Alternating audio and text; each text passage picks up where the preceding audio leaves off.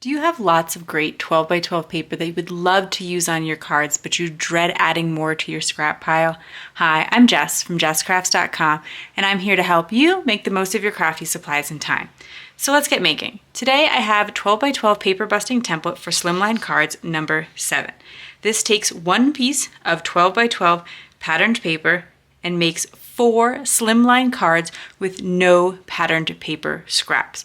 I have a pack of 10 of these available in my Etsy shop if you would like the printable version, but I will be really clear in the directions today so that you can follow along even if you don't have the printable directions. So we're going to start with a piece of 12 by 12 patterned paper. Now I had a little glitch with my camera, so I've cut some things and I can't roll it back. But I started with the Crepe Paper Holly Jolly Holiday Collection. I'm doing Christmas cards today because it's July, so I thought Christmas in July, some of us like to get a head start on our Christmas cards. And I have used this paper in the past, which will kind of come up briefly later, but I will probably link you to that video just in case you want to see more inspiration from the same collection. It is really, really cute. So I cut off the branding strip. It does leave me this piece that has pattern on the back. I would suggest just using this on the inside of your cards right away so that you're not creating a scrap. I don't really take into account branding strips when I make a no scrap card because not all 12 by 12 paper even has them. But that's how I would use them right away so I'm not left with any scraps. So if we look at the sketch here, we see that the different colors represent the different pieces that we need for different cards. So like they're all making the same card in the end, but this blue shows you a 3 by 8 inch piece and 4 3 by 1 inch pieces. So the first thing that I did after cutting off the branding strip was to cut it into 4 pieces that were 3 inches wide by 12 inches long. And then I cut that 3 by 12 inch, I cut 4 1 inch pieces off that, but I'll review that again since I still have these 4 by 12 inch pieces. So when I cut off the branding strip, I did miss just a tiny bit. It's a little bit imperfect up there, and since I'm going to use that side, this double-sided pattern paper, when you're using a paper trimmer, please follow all manufacturer safety instructions. And we're going to cut 1 inch off of one side and do that 4 separate times. So I'm taking it to 11, then 10. So I'm subtracting an inch rather than bringing my paper all the way down to just 1 inch left. I find that an easier way to cut my patterned paper. And then 9, and finally 8, because I do want one piece that is 3 by 8 inches. I like to keep these in trays from scrapbook.com, but also envelopes. You can also just use like boxes, things like that. But for me, it's helpful to know that all the pieces that I need and cut together are together, and I'll then usually add my card base in there as well, so I can keep myself really organized during the process. Now I need to cut some mats. I'll be careful, my camera sometimes can come unfocused when I'm cutting solid paper. So if you were looking for the mat measurements and you had the printable sketch, they are right there next to the patterned paper on the sketch itself, not on the template part. So on the card sketch, it says 3 by 8 inches with a 3 1/4 by 8 1/4 inch mat. I generally make my mats 1/4 inch bigger. And in the case of this where it's 8 inches, I am going to be able to cut that mat from, this is like the 8 1/2 inch long side piece of my cardstock. You can of course start with your scraps first, and I often do. I have very limited scraps in this color, but I think I might be able to get some of my 1 inch pieces off of it. So we're gonna start. I do notice that my paper, even though it's 11 inches, is a little bit off 11 inches on my trimmer. So I'm gonna take that into account. But anyway, I'm cutting to 3 1/4. And now I have 3 1/4 by 8 1/2. I am gonna cut that 1/4 inch off. You're gonna create a couple of these strips. We could talk about an idea for those. Some of you who've watched my channel before, you absolutely know what I'm gonna say to do with those. But they don't have to become garbage. They can, right? Like if you're like, that's a teeny tiny piece, I don't mind throwing it out, go for it. The other thing I would say is because we are creating such large pieces for the background here, it's 3 by 8 1/4, but we're gonna cover most of it. Let's take a look at that in just a second here. we are going to place this large piece of patterned paper on top. There's a lot of room in here that you're not using. Something that I would suggest doing if you want to be a little bit more careful with your cardstock is to cut like a die cut word or something out of this piece and then attach this. And you'll never know that there's a hole in there, but it will give you a little bit better use of your cardstock. So we could do that.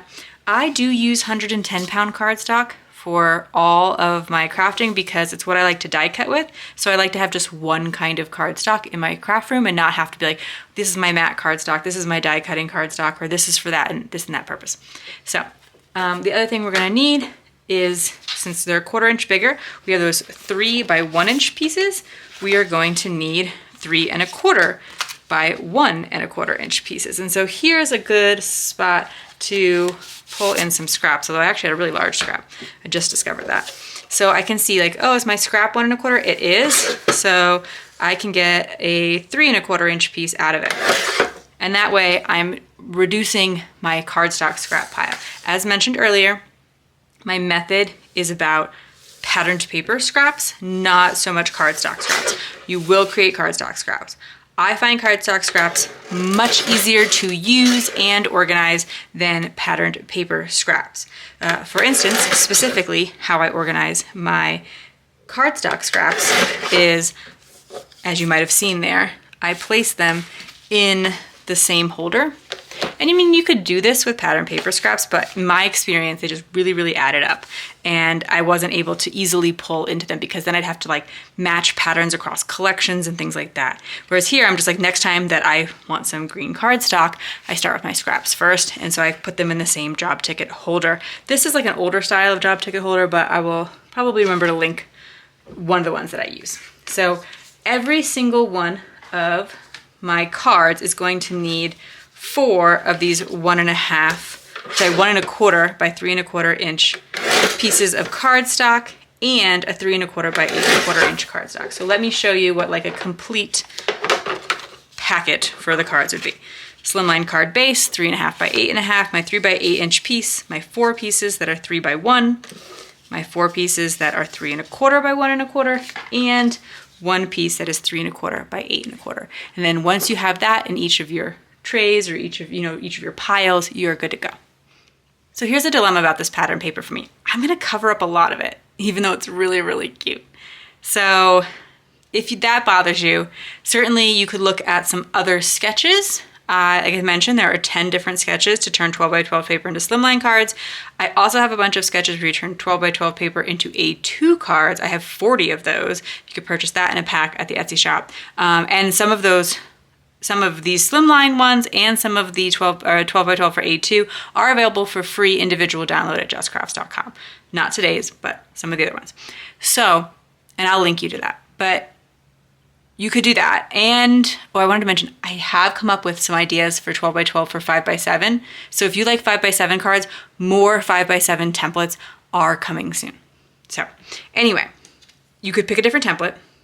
You could be really strategic about where you place it. Like if the owl is your favorite, maybe you could rearrange some of the strips, kind of change up my design, because like I'm calling for sort of anchoring them all along the bottom. But maybe instead of having a little bit hang out here, you want to put it all the way, to the bottom so that you can leave a little bit more of that paper showing, because that's kind of like thinned out all the extra space.